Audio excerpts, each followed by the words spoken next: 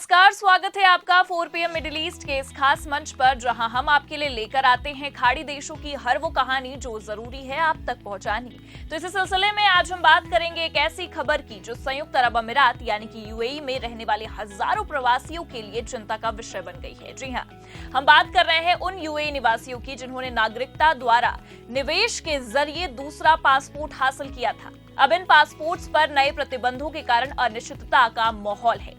दरअसल आपको बता दें कि हाल ही में अमेरिका ने 36 देशों को एक मेमोरेंडम जारी किया जिसमें सख्त वीजा और सूचना साझाकरण नियमों का पालन करने के लिए 60 दिनों की समय सीमा दी गई है।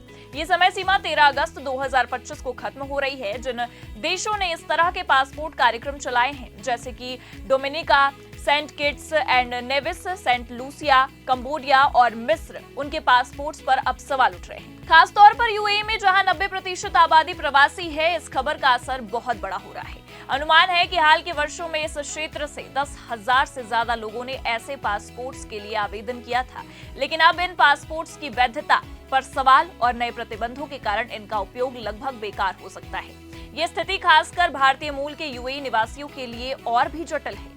भारत में दोहरी नागरिकता की अनुमति नहीं है, इसलिए कई लोगों ने दूसरा पासपोर्ट लेने के लिए अपने भारतीय पासपोर्ट को त्याग दिया था।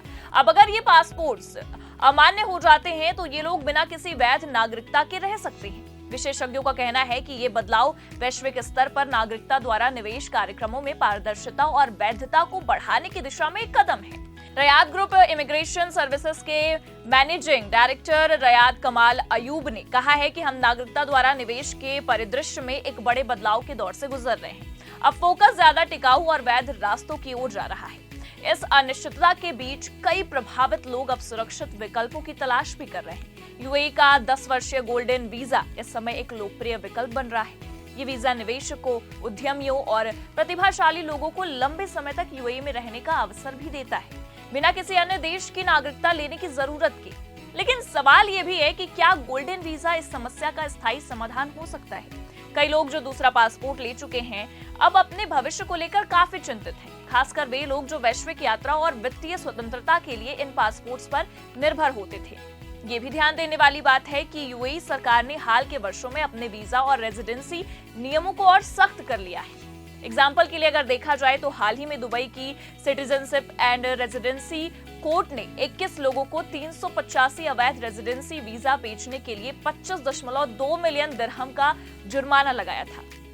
ये दिखाता है कि यूएई अपनी रेजिडेंसी प्रणाली की अखंडता को बनाए रखने के लिए कितना गंभीर हो चुका है। और साथ ही क्षेत्रीय तनाव जैसे कि ईरान इजराइल संघर्ष ने भी यूएई में यात्रा और वीजा योजनाओं को प्रभावित किया है। कई प्रवासी अब अपनी गर्मी की छुट्टियों को रद्द कर रहे हैं या सुरक्षित स्थानों जैसे दक्षिण पूर्व एशिया और अफ्रीका की ओर भी रुख कर रहे हैं। इस बीच यूएई की निवासियों के लिए ये सलाह दी जा रही है कि वे अपनी स्थिति को नियमित करने के लिए जल्द से जल्द कदम उठाएं।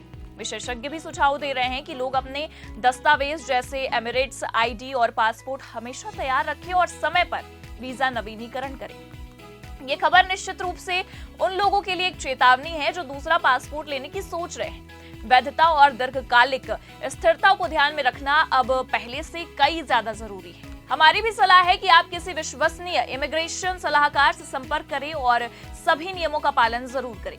और कैसी लगी आपको ये खबर, इंफॉर्मेशन हमें कमेंट करके जरूर बताएं, लाइक भी करें, शेयर करें और चैनल को सब्सक्राइब करना बिल्कुल ना भूलें, क्योंकि हम ऐसे ही आपके लिए लाते रहेंगे जरूरी खबरें। और देखते रहिए 4 PM मिडिल ईस्ट। नमस्कार।